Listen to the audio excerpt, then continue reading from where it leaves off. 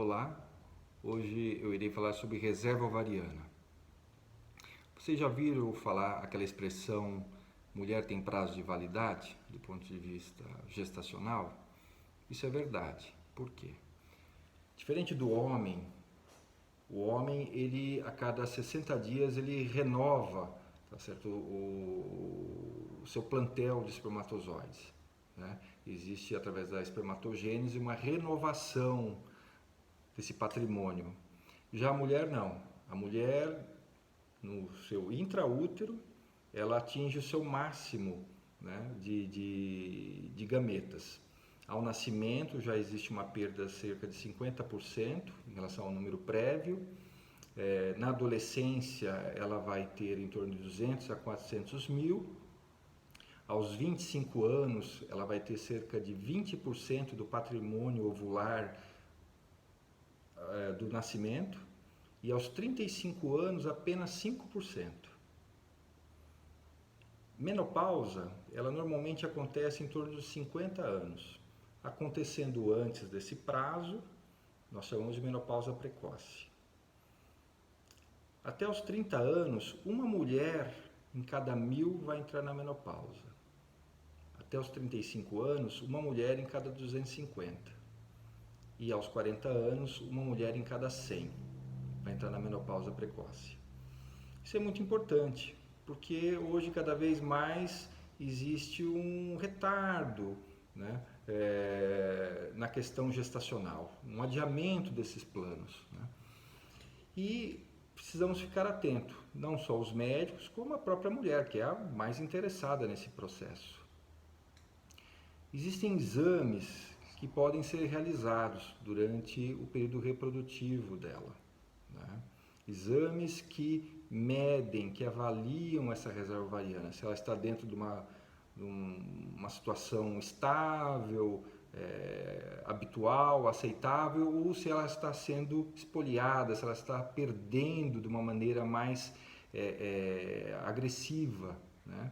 Porque à medida que o tempo vai passando, ela vai perdendo.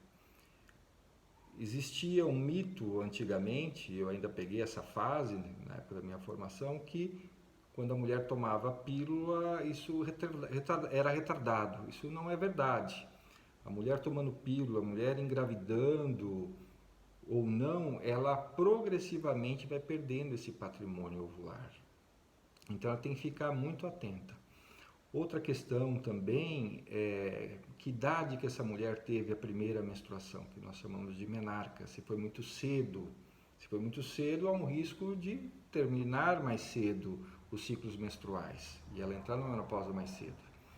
Se a mãe, por exemplo, entrou na menopausa precoce, existe um risco teórico da filha também herdar essa realidade, né? E quais são os exames que nós podemos usar? Existem dosagens hormonais e existe o ultrassom transvaginal.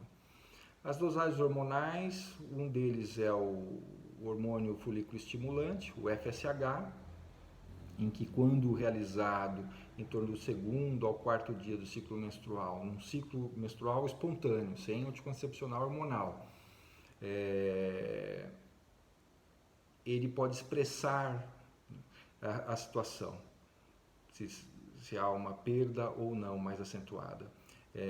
Valores acima de 10, a partir de 10, já preocupam, já indicam uma certa perda relativa, né? Existem serviços que muitas vezes consideram até o número 8 já como preocupante.